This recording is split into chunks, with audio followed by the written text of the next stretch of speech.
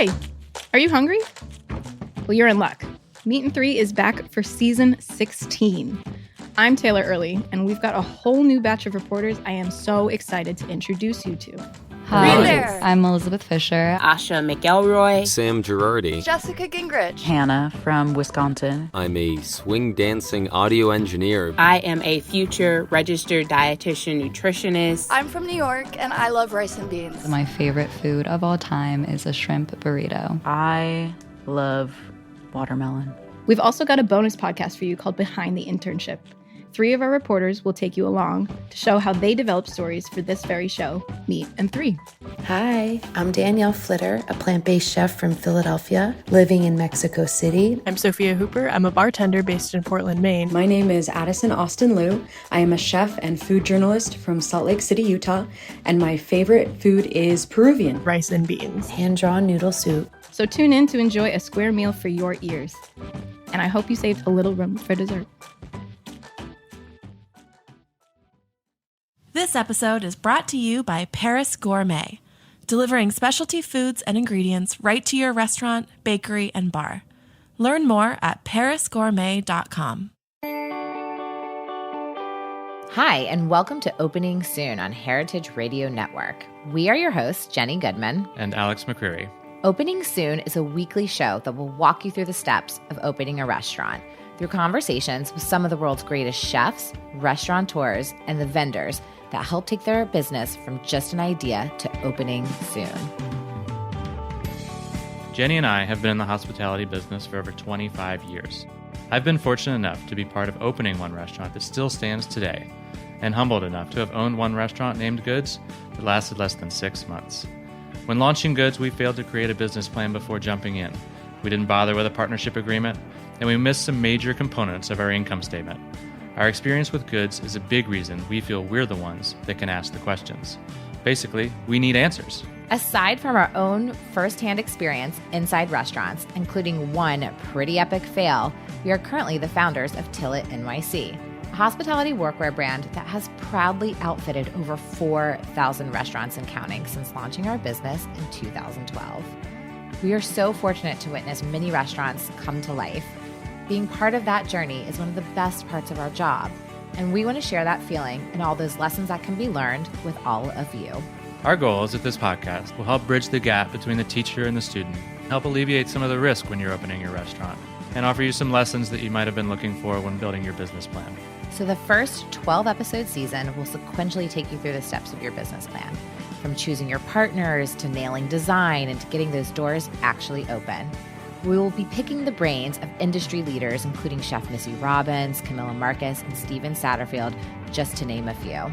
So if you're in the process of building a business plan, just starting culinary school, improving or expanding in your current business, or just fascinated by what it takes to get the restaurant open, we hope this podcast will entertain, educate, and inspire you on your journey from idea to opening soon. Follow the journey on Heritage Radio and subscribe on iTunes, Stitcher, or anywhere else you get your podcasts. And don't forget to follow us on Instagram at We Are Opening Soon and at Tillet NYC.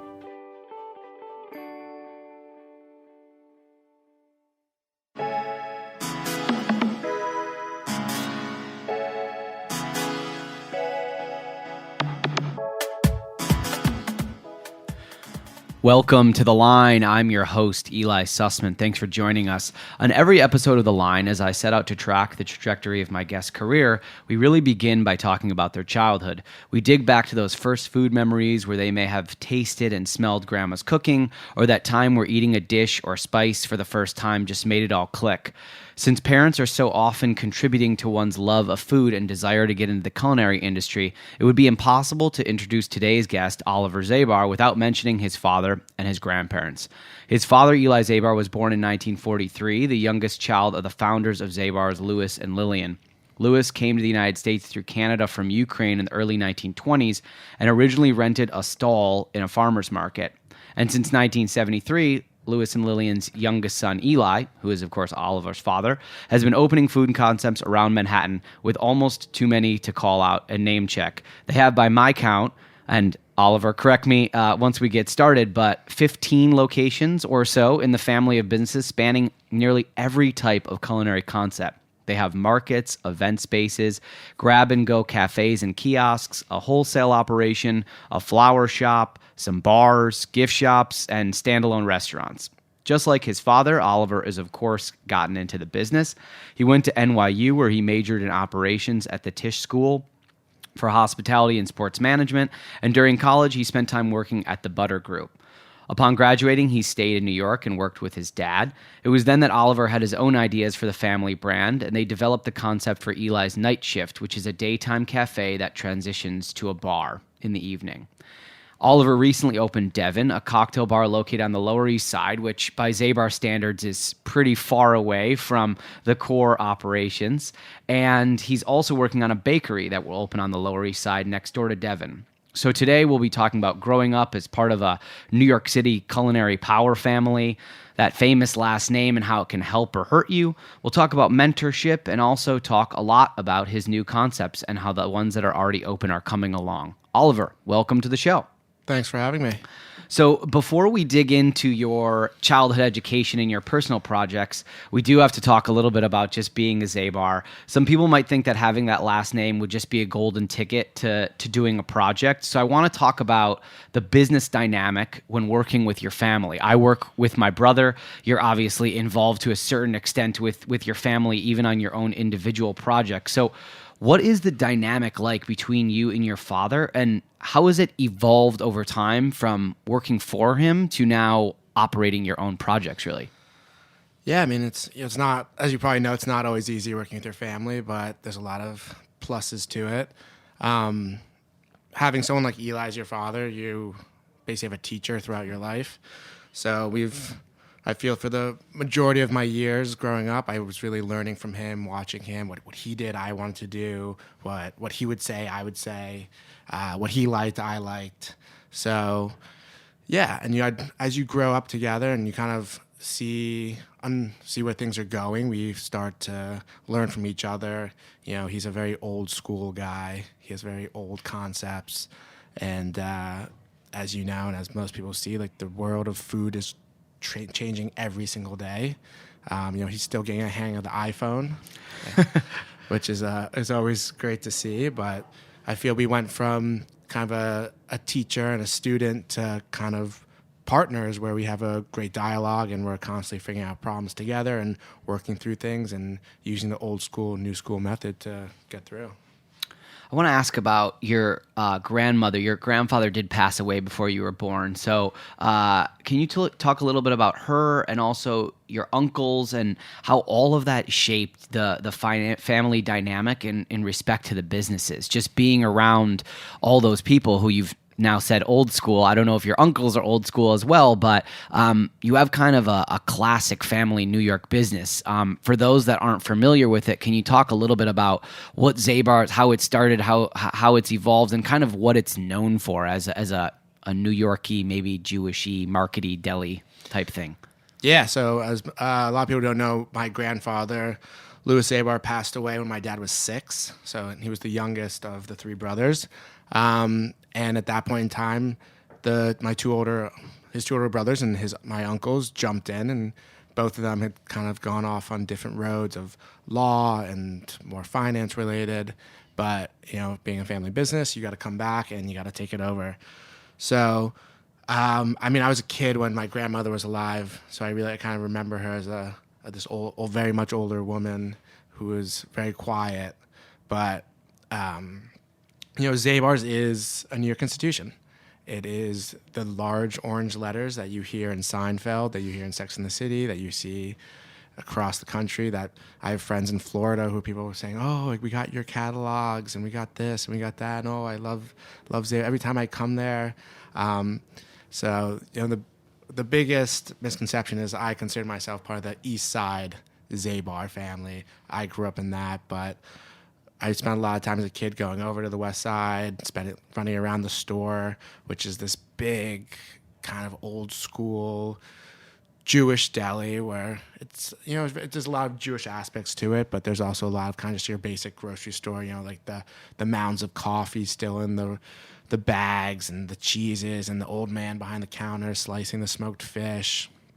So it's this quintessential just experience going into, I guess, what many people would look at as like a fine food establishment. It's beyond your basic grocery store. And what was it like being a kid? You get to run around. You have the opportunity, the amazing kind of inside aspect to, all right, you can run into the back. You can see them restocking shelves. You can kind of probably go a little bit everywhere you wanted to go as a kid. So you see your uncles and your dad, they're doing the business side. Your father's more forward facing. Did you know when you were a kid that you were part of something that was unique, or did it just feel so normal because you were immersed in it every single day? I mean, I think it felt very normal, but at the same time, like, it's not every day you get to see a 100-pound wheel of Parmesan cheese, or you get to see tons of smoked fish. So growing up in food, it was normal, but it was exciting. Every day on the weekends as kids, me, my twin brother Sasha, and my dad, we'd all get dressed in the same outfit with our blue vests, and we'd go to work with Dad, and we would basically we'd march around the store after him, and then when we got bored, we'd start running through the backs of the store. And you're talking about spaces about 30,000 square feet. They're warehouses, they're gigantic stores just filled to the brim, breaking at the brim of food. But I think, it wasn't until I got older that I realized that what we were creating was really special. Did you or your brother ever have non-culinary or hospitality dreams? I wonder, was there ever a defiant moment, you're a teenager and you say to mom or dad, I don't want to be a part of Zabar's, like, I'm going to go be a painter, a fireman, a sports agent, something that just would be defiant, but also craft your own narrative, maybe a little bit away from Zabar's? Honestly, no. I mean, it was so ingrained into food, and whatever type of food you want to get into, they would have been happy. But my dad took his work home with him every single day. It wasn't like a lawyer or a banker would leave the office and kind of turn his computer off. He'd come home with boxes of things he'd made and pastries and meats and cheeses, and everything surrounded. Every family vacation was food related. We grew up going to, my parents have a house in the south of France, and we grew up there, and you'd get there and it was like day one, you'd take the starter, his 35-year-old starter, you'd start mixing it, you make bread for that night, you go to the market that morning, you'd shop for everything. It was so ingrained into us that my brother did a stint in finance at one point. I did a summer working for a family friend at his film production company, and everyone kind of just migrated back to food. It's what we knew. We didn't know anything else. So you obviously make the decision that you're going to stay in the business, and you end up going to Tisch, and you're studying hospitality, and you get involved with Butter Group. And Butter is really, they're a nightclub organization, right? They're a hospitality business that's really focused on pretty large-scale bars. A lot of them are super famous. One Oak is the one that probably a lot of people have heard of from just being all around with celebrities and TV and such. So I want to know about that experience. At that time, was it valuable for you from a business perspective? Were they kind of utilizing you because you were a New York guy who was going to school in New York, and you probably had a lot of people around that age that were coming in? So was it like a symbiotic relationship where you were being helpful to them to get people in the clubs, or were you more on like the business development side, a little bit further removed from that aspect of it? Yeah, I mean, so actually, if you back up a little bit, I was going to school in Florida before I ended up transferring to NYU, and I worked for a summer for Michael Stillman, who had this amazing experience growing up. Michael Stillman has Fourth Wall Restaurant Group, Quality Italian, Don Angie, all these great places. He'd done a rotational program in Danny Meyer's company. So he said, you know what, Oliver, I'm going to do the same thing that Danny did for me. You're going to spend a summer in one of my restaurants, and you're going to rotate from front of house, back of house, under house. I went everywhere. I was prepping. I was running food. I was bar backing, and at the same time, I was also working for a very old school kind of hospitality guy named Steven Greenberg, who became famous for the Roxy disco back in the 70s and 80s. And I was working for him on my Saturday nights for free because I was so interested in management and what it took to run these large scale operations. And it was there that I met people from the Butter Group. So, I went back to school for the summer and I came back and like the following summer and I was interning there in the back of house. I'd had a lot of time on the floor, and I said to them, I'd love to learn the back end, the accounting, the office work, the day-to-day operations, inventory. So I spent the best summer there, and I had a mentor there named Frank McHugh, who would, super old school kind of guy, had been in the business forever, and we were sitting one day and he said, what are you doing down in Florida? Why are you what are you studying down there? What are you getting out of it? You clearly like working. Why don't you come back to NYU and work in the city? And he's like, if you come back to New York, we'll keep your job going for as long as you want. And I kind of had this like aha moment, like, what am I doing? And, I transferred to NYU because they had a great hospitality program. I figured if I was going to go anywhere, I should come back to New York. My brother was at the hotel school at Cornell, and through a crazy turn of events, I ended up floor managing at One Oak for about a year and a half while I was going to school.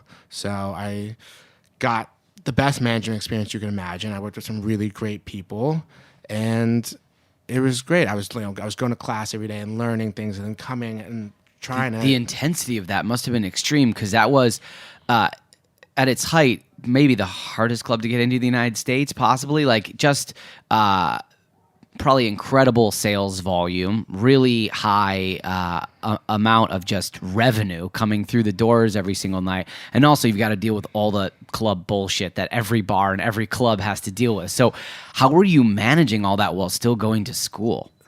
It's college, so you like choose your classes. You would go like later, and I was focused on working and kind of just finishing up school. And I was working with some really great people there who saw that I was younger than them and interested and hardworking, and they really took me under their wing, and they would show me the ins and outs and kind of the life balance of, it's tough. You'd go in at 9:00 at night and leave at 6:00 in the morning. But for me, I was 22 years old. I had more energy than anyone. You can pull that off, definitely, at that time. And it was the excitement of being there. Totally. And so you're in the clubs, and you've got this culinary background, and now you've got some professional training as to go along with your college learning. So do you immediately jump back into the Zabar's family business? Like, what's your next thing that you do right after you graduate? What's the next step that you take, and how did you decide where you wanted to go? Yeah, so I graduated that summer and was kind of figuring out what to do.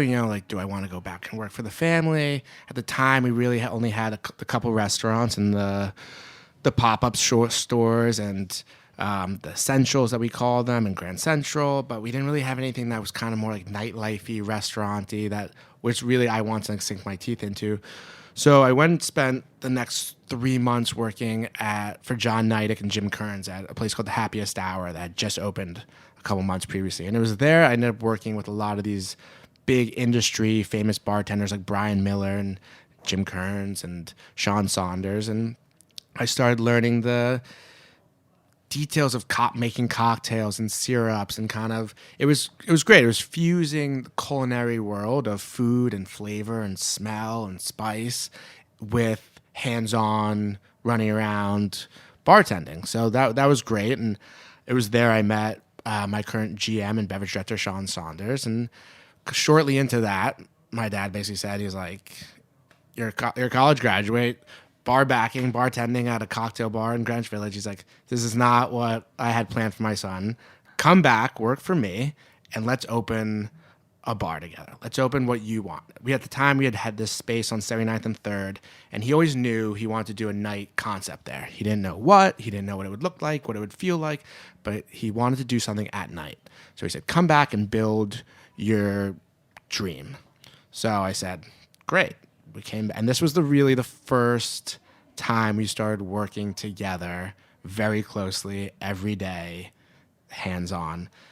And I came back and we started building and developing what would become Eli's Night Shift, but really set the base of a concept of a a cafe that would serve coffee, pastries, sandwiches, soup, salads during the day, and then turn into a full bar at night. And it was like you had no idea what was being served during the day if you went there at night. And if you went there at night, you would know there was a day. And was that based on the fact that you thought that the space could work well in both ways, or you just thought this is a revenue structure that people haven't explored as much? Like, we can really kill it during the day, and then at night we can transition into cocktails, and maybe you have a customer base and a B customer base, and they don't necessarily cross over, right? Like, you were attacking different people with the different day parts to a certain extent. Exactly. I mean, rent in New York is astronomical. You're paying 24 hours a day, so you might as well utilize every hour that you're paying. And the Europeans have been doing this for years. You know, this whole idea of you go to the cafe in the morning, you get your croissant and you get your coffee, and on your way home at night, you grab a glass of wine before heading home. And being such Francophiles and spending so much time in Europe and Paris especially, my dad had this real idea of, you know, they've been doing this for years seamlessly. Why can't we do it here in the United States? So that was really the basis of it. When most people come up with a concept and they really start solidifying on the idea, the next step is often you put together a business plan and you go to secure the funding. You said many times your dad is old school, and you've worked a lot with old school guys. There's two types of old school guys. The old school guy who says, pitch me your idea. They hear the idea. They love it. Off to the races running. There's somebody else that says, show me the numbers, show me the numbers, show me the numbers, right? I'm curious, what was that process like? Is your dad a blend of the two, or is he more of an idea guy and then we'll figure out the details later on? He's an idea guy and we'll figure out the details later on. He's I have an idea. You have an idea. Great. Let's run with it. Let's build it right now. You know, we're lucky enough to have a whole team of carpenters and builders and architects that work in our company. So it was like, you know, the joke is always like most projects take much longer than they're supposed to, because there's so many ideas floating around. You're grabbing the good ones. You're changing things. You don't actually nail anything down until maybe the final week. And I mean, literally nail things into the wall, because we're going to move this here. We're going to put that there. It's constant. Yeah, a lot of people, when they open, the biggest questions that they have really are GCs, permits, zoning, real estate, property acquisition. All these things in New York they're just floating in the ether. And like, if you don't have a good friend who's done it right before you, you have no idea. You say, how do I find a contractor, right? So Zabar's has obviously opened many things before. Do you use the same people on every single project? Yeah, there's a guy named Richard Lewis who is probably, if you're sitting in a restaurant right now, he's probably designed it, built it, been the architect for it. He's done everything. And, you know, we became very close. He's not only our architect, but he's also my dad's best friend. And he's been with us for 30 years. He's done all Keith McNally's projects. He's doing all the Jody Williams and Isodi projects. So everything goes through him. Everything goes through him. And then we have a team of in-house guys, from a carpenter who does fine carpentry woodworking to basically a GC who gets it done. And everything is in-house. And all of your current projects, even on the LES, same team? Everything. That's awesome. So that makes it very easy to kind of streamline things. You have a lot of those pieces already in place, and then you kind of just need the idea and the white box, and then you can kind of move forward. Yeah, and we're very lucky that my dad's been doing this for almost 50 years. So we have lots of pieces from previous projects that get reused in every project. And you're walking to something like, wasn't that light? Yeah, that light was in the place on 91st. And you're like, yep. Does Zabar's have sort of a warehouse or something that is a catch-all for lots of pieces that either get utilized or kind of rotated out? Do you have a spot in Jersey or something where cast-offs get sent away? Yeah, we're actually lucky enough to have an old vinegar factory up on 91st between 1st and York. And originally it was a grocery store with a restaurant that we've now turned into an event space, but it's called the Vinegar Factory because when we bought it, it was literally making vinegar and mustard. And my dad used to say on hot days when the wood would kind of swell up, you could smell the vinegar coming out of it. And it's just this beautiful warehouse up there that houses everything imaginable. It's where our carpenter teams work out. It's where we store everything. We have everything from beautiful light fixtures to doors to cold cases to refrigerators, everything you could imagine. You could build 5-10 stores out of the stuff that we have in storage. We're going to take a quick break, and when we come back, more with Oliver Zabar and start talking about his personal concepts that he's developed on the Lower East Side. Stick with us here on The Line.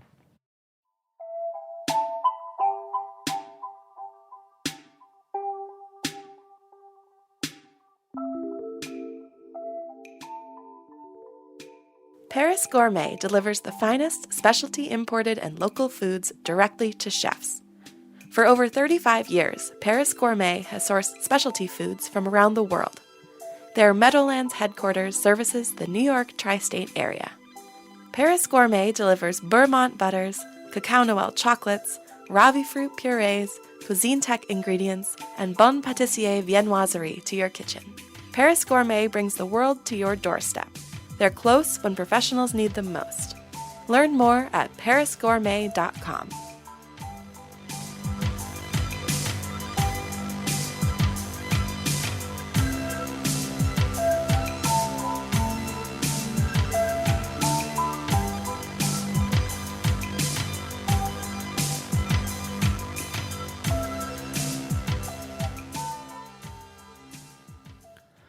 Welcome back to The Line here on Heritage Radio. We're talking with Oliver Zabar, and during the earlier portion of the show, we were really talking about getting involved in the family business and everything that you took away from being a kid and then after college. But recently, after Eli's night shift, you've opened up a project of your own. It's on the Lower East Side. It's called Devon. Can you talk a little bit about that new project? Yeah, gladly. So Devon is what I would call my second, I guess Night Shift was the first dream project. Devon would be the second dream project. I live down on the Lower East Side, down on East Broadway. And the idea of doing a concept in the neighborhood where I lived that I felt didn't have a place where you could go get a great cocktail, a great bite, and kind of just hang out wasn't totally there. There's good cocktail bars, there's good restaurants, but there wasn't a great fusion of the both. So we got super lucky, and there was a restaurant space came up. It was the old Lucky Bee space, and I was actually in Patagonia at the time, hiking, and I got a text from a broker saying, "There's an amazing space. You guys need to jump on this." And when I got back, I went there and I said, "This is it. This is the one." And we took hold of that, and we built it out in about 6 to 8 months, and it's what I would call a mid-century modern cocktail bar, restaurant, kind of fuses the both. We worked with a really great designer named Lisa Galano, who, again, took a million ideas that I threw at her and honed them in. And I partnered up with my old friend, Sean Saunders, who I'd worked with at Happiest Hour, and I said, let's do an amazing cocktail program. Our opening and consulting chef for the project was a guy named Ken Addington, who opened Five Leaves. He was great. And we didn't have a business model. We just had an idea of what we wanted to build down there. And it was a lot of throwing ideas against the wall. And we named it Devon after my mother, who is alive and well, and is a real, everyone knows Eli, but she's really the big foodie. She started a place called Loaves and Fishes out in Bridgehampton. That is a institution out in Long Island. And she's the one who was always cooking at home and creating new dishes, and I just felt there was a lot of Eli out there, and she needed her moment. When you say that you throw a million ideas at your designer, I'm curious if you use Pinterest, mood boards. Do you cut things out of magazines? Aesthetics are so important in a restaurant to define yourself beyond just the cocktails and the food, which is a customer forward-facing way. People obviously eat with their eyes and they drink with their eyes, but also spaces in New York are competitively beautiful. You really have to show up when you open up a space in New York. So how do you ideate, and then how do you execute those ideas really from start to finish? Yeah, Pinterest, I had never really used it, and it became my best friend. I would spend hours and hours on there creating mood boards and sub-boards and boards within boards of ideas, and I would constantly reading and looking and researching places and cutting things out of magazines and kind of just bringing ideas to the table. And I'd fallen in love with this mid-century kind of look, this very California kind of 50s, 60s look. And, I had a lot of influence from people like designers like Prouvé and these French architects who at a moment in time created things that had never been seen. And I knew I wanted the place to stand out. We were, the Lower East, we were in an old tenement building on the Lower East Side, and I didn't want to just hammer a couple boards together and build benches. I really wanted a place that was a wow moment when you walked in. And working with Lisa, working with Richard, and even my dad, everyone kind of took those ideas and they elevated it and brought ideas to the table. And we actually reused a lot of pieces from old restaurants. And we have this huge, great, beautiful terrazzo bar that is actually made up of old tabletops that were once in a restaurant we had uptown. And, there's chips in them and cracks and breaks that kind of give it this old look to it. But those were all from a place called Eli's Table uptown. That's awesome that you have the ability to reintegrate all those old pieces into the new. You spoke a little bit about that. So Sean does the cocktails and you had Ken develop the menu. So you have a bar that has pretty much a full food program. You don't have a chef that oversees kind of the creative aspects and changes, or maybe Ken does come in every once in a while. I'm curious on the menu side. Do you oversee the kitchen? Do you now have sort of a sous chef that oversees the kitchen? And what's the management structure like at Devon? Are you kind of the day-to-day on the ground, or have you been able to take a step back since it's been open a little bit for a while now? Yeah, so we know Ken kind of got us open, and it was great, and kind of took a step back. And we have a great kitchen manager in there right now, but the menu changes really come from me. And I tap sources around me. I have a lot of friends who are chefs, and just really my parents and my brother has a big culinary background. And we kind of look at what we're doing in other places. We have such a large company making so many things. We can utilize what's being made in other kitchens and kind of do these bulk orders. But at first, my mother would always say, like, "What are you? Are you a bar or are you a restaurant?" And I'd always say, "We're a bar restaurant." Like, what do you mean? And kind of as we progressed, we definitely started leaning towards the bar program more, and we kind of fixed the menu and altered it to be more bites and kind of like sharing things. We've always eaten as a family in this very sharing manner. You order half the menu, we order the whole entire menu, and everyone tries everything. And that kind of has always developed the menus we make where I want you to try everything. I want you to order 2 people, order 5 things. And maybe you don't finish everything, but to have a taste of everything. So, and we've now scaled the menu back, and we're adding more bites, and we're going to change it for summer. But I'm there first thing in the morning, and I try and leave before the night ends. Usually during the week, I can get out a little bit earlier. On the weekends, I'm there usually to the end. Sometimes me and Sean like to sit down at the end of the night and review everything and kind of go over things. But yeah, I mean, between me and Sean, we're basically balancing everything there is to do: payroll, organizing, staffing, inventory. So even though you have sort of the Zabar's business to fall back on, you're using it as like a support apparatus, but you're still handling a lot of the day-to-day directly at Devon. Yeah, very much so. I mean, we're lucky that we kind of we operate on our own. Kind of we're at this like outlier all the way downtown. Like, you have to remember everything else is in the 80s, 90s uptown. Yeah.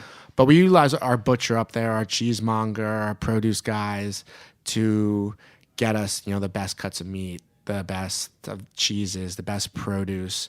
And, if we want to do something off menu for the day or special for the weekend, be like, "Hey guys, we make so much stuff in-house." For a while, we still make amazing sausages. And for the winter, we did a sausage with a house-made pretzel that was amazing. And it was helping Uptown kind of use up the product that they have, because everything's made fresh daily and it has to be used. So all the stores work symbiotically to help each other use things up. I'm curious about your strategies for both evaluating and quantifying success. So do you run P&Ls, and when you sit down with Sean, do you both have growth strategies sketched out for a year or 5 years for the business? I just want to know, how do you plan and how do you forecast at a place like Devon? Yeah, we run P&Ls constantly. We get the numbers every night. Every week there's a breakdown. And, as you know, like labor in New York is through the roof and prices are through the roof. And as you kind of chisel away at those big blocks of basically money going out the door, it feels really good to see your sales rise and those numbers get smaller and smaller, and where you're slowly getting to a place where you can say, we're doing it. We're happy. Success is always financial. You'd like to make a living in the restaurant business. That'd be great. A lot of people don't. But sometimes success to me is seeing the place packed on a Friday night and there's an hour wait and people can't get a seat. And I look at Sean and I smile and I'm super happy that people are coming in, or, people come in and try a cocktail and they say, this cocktail was the best I've ever had. This changed my life. This was amazing. And just seeing all our hard work pay off is also at times what I view as success to me. And it makes me feel great that people see what we're doing and love it. I want to know about your philosophy to business when you're making decisions. Now that you're the outlier, you're kind of on your own. I know you still rely a lot on the infrastructure, but what's your philosophy to growth and to pursuing new projects as you look forward past the success of Devon and you're thinking about which dreams that you have to let die and which ones are really a dream that maybe you take to Sean or your brother, your dad or your mom or whoever it might be, your next business partner? How do you decide? I surround myself with very good people who I value their opinions, and usually it's people close in the company, friends, confidants. And every day is a learning process, and I think every day it's easy that we open the place. It was great. We're doing well, and it's easy to say, great, on to the next project, forwards. But you have to remember that you need to take a step back, and you need to see how things go after year one. And I think originally when I was working these nightclubs, I was like, I want to be in the nightclub business, and that quickly died. And I think then I was like, I want to be in the restaurant business. And just opening Devon as a restaurant, you realize how much time and labor and prep and just financially how difficult it can be. So scaling back a little bit into more of the bar world with, a good bar with good bites. I think people are eating differently. So moving forward, I'd like to continue to do neighborhood places that are just good food, good drinks. We've always talked about opening a Mexican restaurant, a Jewish family doing some Mexican. I feel like all the best dishes in our restaurants always end up being these Mexican dishes. With so many Spanish guys in the company, we're always talking about ideas for that. So, what is your thoughts on your own leadership style? You've learned from the best. Now you're really at the top of the pyramid. You're young. You've worked in some pressure environments. How do you deal with all the trials and tribulations of a place that serves food and serves alcohol, that's open very late, tempers flare, there can be a lot of people? I want to know, how have you sort of carved out your own leadership style amongst all the difficulties of operating a New York City restaurant? Yeah, being a leader in these situations is hard. I've always said, working with everyone on a day-to-day basis, you become friends, then having to discipline can be very difficult. So I think people, I pick up on everything. I see what's going on around. I make suggestions. I tell people how I want things done. And I think the biggest thing that I really learned from my father was do it yourself. If that's the best way to show leadership. And when the dishwasher calls out, I put on a dishwashing shirt and pants and I get in the dish pit and I start doing that. And I think making decisions along the way, a lot of the time when we're working and it's a busy night and I kind of see things that I don't like or I like, I will most of the time will make notes and then we'll read with Sean at the end of the night how I saw things. We'll tweak them there, but just for the both of us to keep learning. So I feel like I always make a list. I always keep, and I'll tell him, and then he kind of executes them. So, but most of the time it's doing it yourself. I feel like that's the best form of leadership. If everyone around you sees you doing the work and getting your hands dirty, there's no one out there that won't respect that. Let's talk about some of the new projects, whatever you're comfortable talking about. Would love to hear about what the next thing might be, if it's the next door location, if you've got something maybe further down the line. What are you working on? So right now we're in the midst of opening a bakery right next door to Devon, basically through the wall. The idea for opening downtown was always that it would fuse the bar, the restaurant, and our baked goods aspect of our business. You know, this company was built on bread and baking. So we always thought it would be fun to do something like that. And we found our space, and then there's a space next door, and the landlord was the same landlord. So everything kind of came together, and we're building, the working title right now is Eli's Broom Street Bakery. And the idea is to build what we call our essentials downtown. So we have a double deck oven in there, and we're going to be baking fresh bread, pastries, rolls, baguettes, everything on a day-to-day basis. And the idea is that you'll be making in small batches, so it'll all be hot, constantly coming out. And then we'll take those baguettes and we'll make sandwiches for the day, and we'll have salads and some soups and some juices. And we roast all our own coffee in Manhattan at the Vinegar Factory. So with our coffee, and that there's no one down there when doing fresh breads, fresh things like that. You know, there's all these salad places, but there's something about a fresh baguette, a hot baguette right out of the oven that you can't beat. So, we figured, and then the whole idea was that the bakery would then help the restaurant. We'd be doing all our own bread, all our pastries for brunch. We'd be doing different cakes and fruit tarts for dinner and for dessert, and that they'd be working together. Maybe the kitchen has some leftover ingredient that we could then throw into, a pie next door, a quiche next door, but everything, again, working together. So the bakery is what we're really working on right now and really excited about. And, there's no major projects on the horizon. We have a gluten-free bakery in New York called No Glue on 91st and Madison. And, we like that, and that's doing really well. And, with the whole gluten-free craze right now, we're definitely maybe looking to expand that.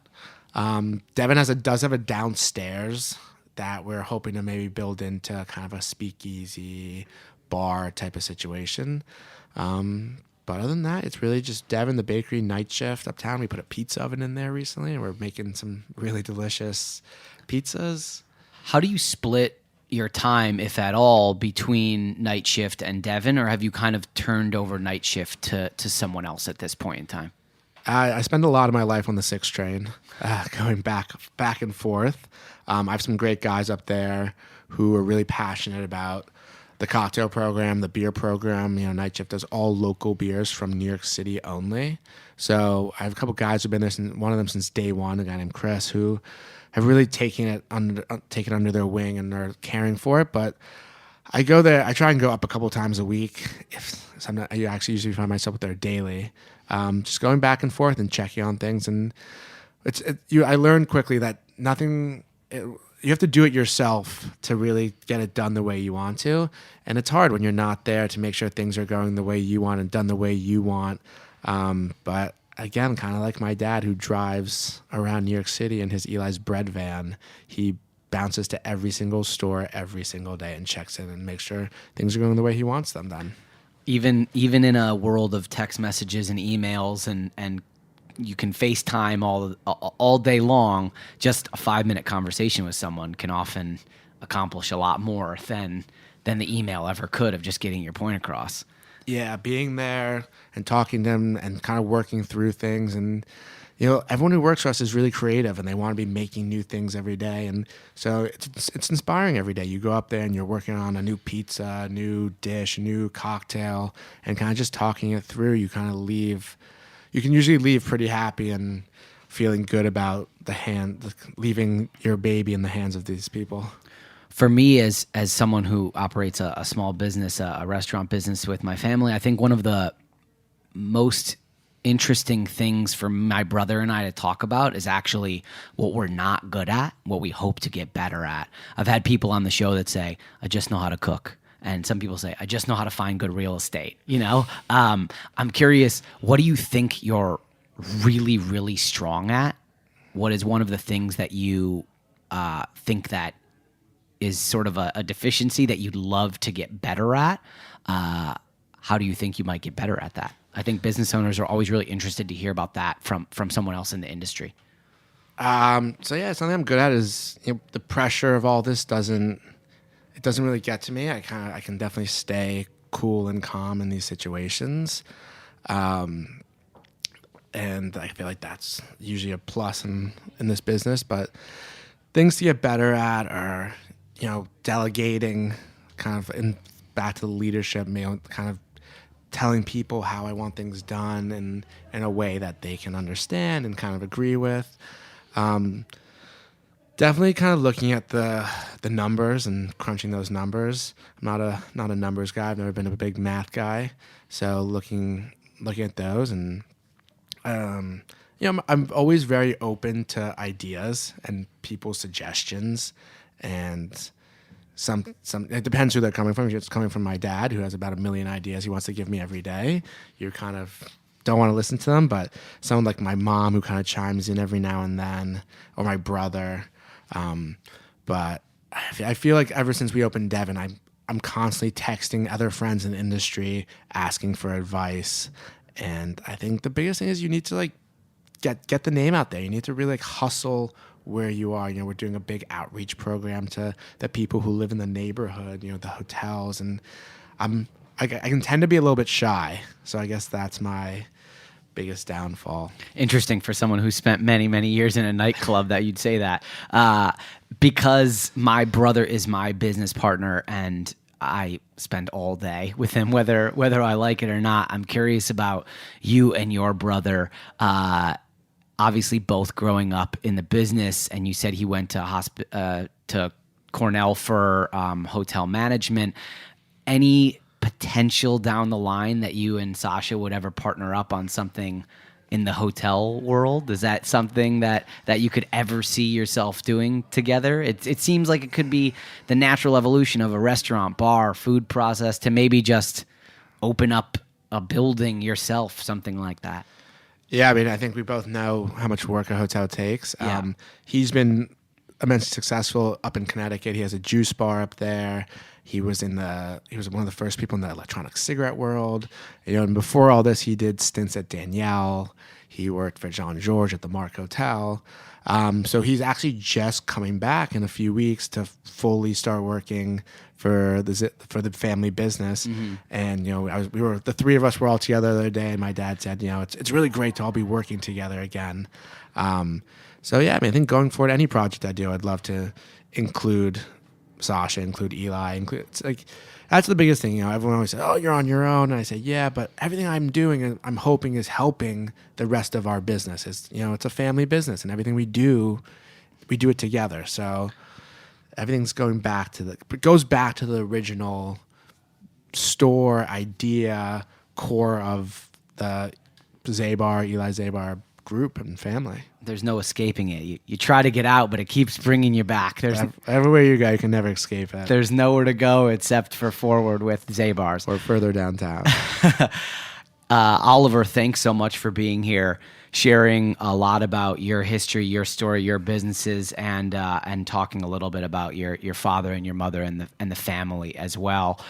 Tell everyone where they can find Night Shift and Devon, the addresses and the website where they can check those spots out. Yeah, you can find Devon at 252 Broome Street. That's between Orchard and Ludlow. Or you can check us up on the web at www.devon-nyc.com. And then you can go up to Night Shift at 189 East 79th Street, right on the corner of 79th and 3rd Avenue. You can't miss it. It's brightly lit and very inviting.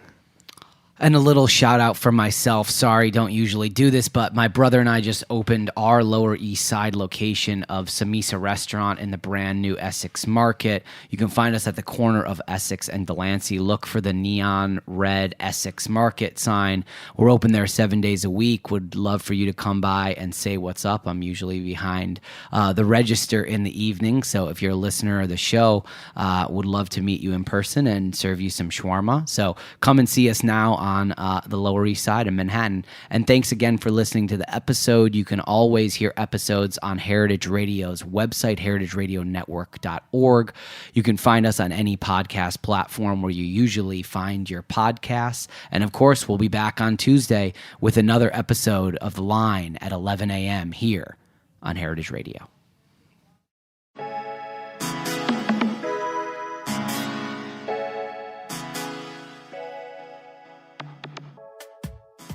Thanks for listening to Heritage Radio Network, food radio supported by you. For our freshest content and to learn more about our 10-year anniversary celebration happening all year long, subscribe to our newsletter. Enter your email at the bottom of our website, heritageradionetwork.org. Connect with us on Instagram and Twitter at heritage_radio. You can also find us at facebook.com, Heritage Radio Network.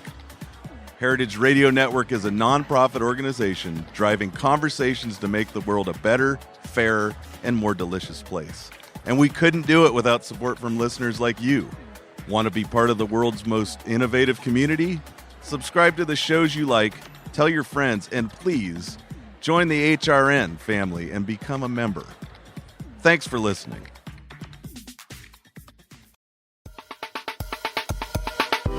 I want to tell you about a new podcast called Amuse News. Publishing multiple days a week, Amuse News is your source for food news, interviews from around the food world, and more. On the show, we'll be engaging with food storytellers, from chefs to advocates to people working in the field, and many more. Find Amuse News wherever you get your podcasts.